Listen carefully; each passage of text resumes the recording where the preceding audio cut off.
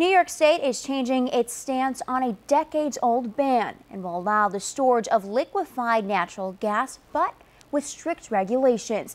WENY's Samantha Potter looked into the new regulation and how it will affect our local area. Samantha, what can you tell us?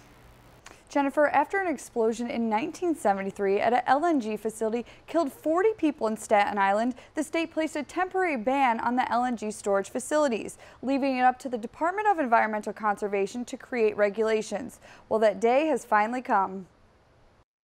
Liquefied natural gas, or LNG, is a colorless, odorless gas, and when burned, creates far less emissions than petroleum, making it attractive to trucking industries because it's cheaper and cleaner than diesel fuel.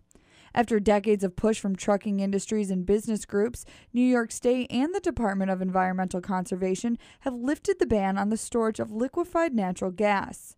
But when it comes to regulations regarding LNG, New York State will be the strictest. Storage facilities can hold no more than 70,000 gallons or about 7 tank trucks full of gas.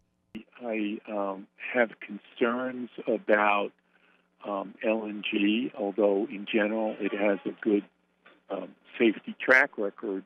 When things go wrong, they can go spectacularly wrong, and particularly if at some point the state removes the 70,000-gallon cap. Looking locally, Dresser Rand and Painted Post had a new technology that involved the conversion process of LNG. But with DEC and state regulations, weren't allowed to test or use the equipment in New York, eventually driving that manufacturing facility out of state, along with 150 potential employees. Senator Tom O'Mara welcomes the decision to allow the storage of LNG, but criticizes the DEC for taking so long and negatively impacting a local business. He hopes lifting the ban will bring more economic opportunities to New York.